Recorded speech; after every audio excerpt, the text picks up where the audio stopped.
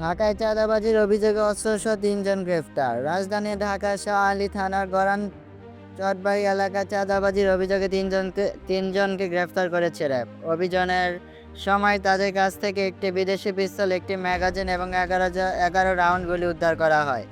গ্রেফতার ব্যক্তিরা হলেন ফাইজুর রহমান মুক্তি ওরফে ডন মুক্তি, শাকির আহমেদ ওরফে সুমন বা হকি সুমন এবং গোলাপ মুস্তফা কামাল ওরফে বাপ্পি বা শুটার বাপ্পি। র্যাব জানায়, বৃহস্পতিবার রাতে গোপন তথ্যের ভিত্তিতে র্যাব ৪-এর একটি দল ওই এলাকায় অভিযান চালিয়ে তাদের আটক করে। পরে তাদের দেওয়া তথ্য অনুযায়ী পল্লবীর লালমাটি উচ্চ বিদ্যালয়ের আশেপাশের এলাকা থেকে অস্ত্র ও গুলি উদ্ধার করা হয়। র্যাব ৪-এর উপপরিচালক মেজর আবরার ফয়সাল সাদি জানান, গ্রেফতারকৃতরা দীর্ঘদিন ধরে মিরপুর, পল্লবী, রূপনগর ও শাহ আলী থানা এলাকায় ভয়ভীতি দেখিয়ে চাঁদাবাজি সহ বিভিন্ন অপরাধে জড়িত ছিলেন। তাদের বিরুদ্ধে হত্যা, ডাকাতি, ছিনতাই, চাঁদাবাজি, অস্ত্র, মাদকসহ একাধিক মামলা রয়েছে।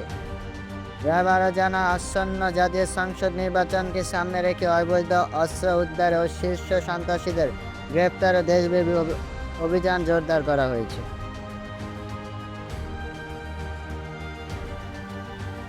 র্যানসমওয়্যার হামলার দায় স্বীকার করলেন ২ সাইবার নিরাপত্তা বিশেষজ্ঞ।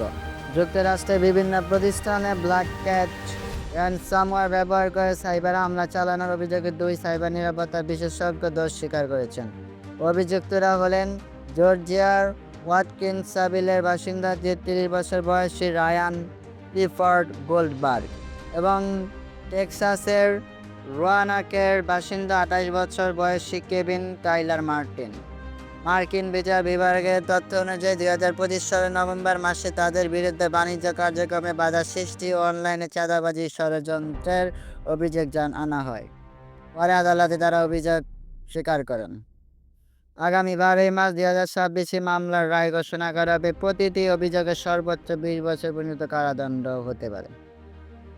আদালতের নথিতে বলা হয়েছে, ২০২৩ সালের মে থেকে নভেম্বরের মধ্যে অভিযুক্তরা আরেক সহযোগীর সঙ্গে যুক্ত হয়ে যুক্তরাষ্ট্রের বিভিন্ন প্রতিষ্ঠানের নেটওয়ার্কে অনুমোদিতভাবে প্রবেশ করেন। ওরা ব্ল্যাক ক্যাট র্যানসমওয়্যার ব্যবহার করে তথ্য এনক্রিপ্ট করে মুক্তিপণ দাবি করা হয়।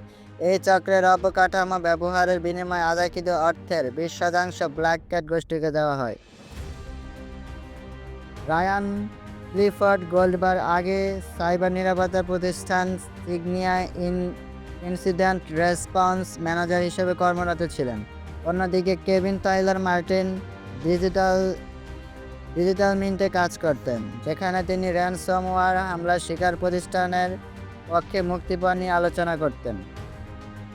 আদালতের তথ্য মতে তাদের হামলার শিকার প্রতিষ্ঠানগুলোর মধ্যে ঔষধ, প্রকৌশল, যন্ত্রপাতি ও ড্রোন নির্মাতা প্রতিষ্ঠানে রয়েছে। এসব প্রতিষ্ঠানের কাছে $3 লাখ থেকে শুরু করে $1 কোটি পর্যন্ত মুক্তিপণ দাবি করা হয়েছিল। ২০২৩ সালের ডিসেম্বর FBI ব্ল্যাক ক্যাট চক্রের সার্ভারে প্রবেশ করে তাদের কার্যক্রম পর্যবেক্ষণ করে এবং ডিক্রিপশন কি সংগ্রহ করে। পরে এসব তথ্য ব্যবহার করে একটি ডিক্রিপশন টুল তৈরি করা হয়।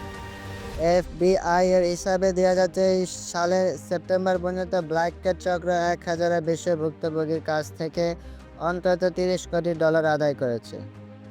এছাড়া ২০২৪ সালের ফেব্রুয়ারিতে যুক্তরাষ্ট্রের বিভিন্ন সংস্থা যৌথভাবে সতর্ক করে জানায়, ব্ল্যাক ক্যাট সংশ্লিষ্ট মূলত স্বাস্থ্যসেবা খাতকে লক্ষ্য করে সাইবার হামলা চালাচ্ছে।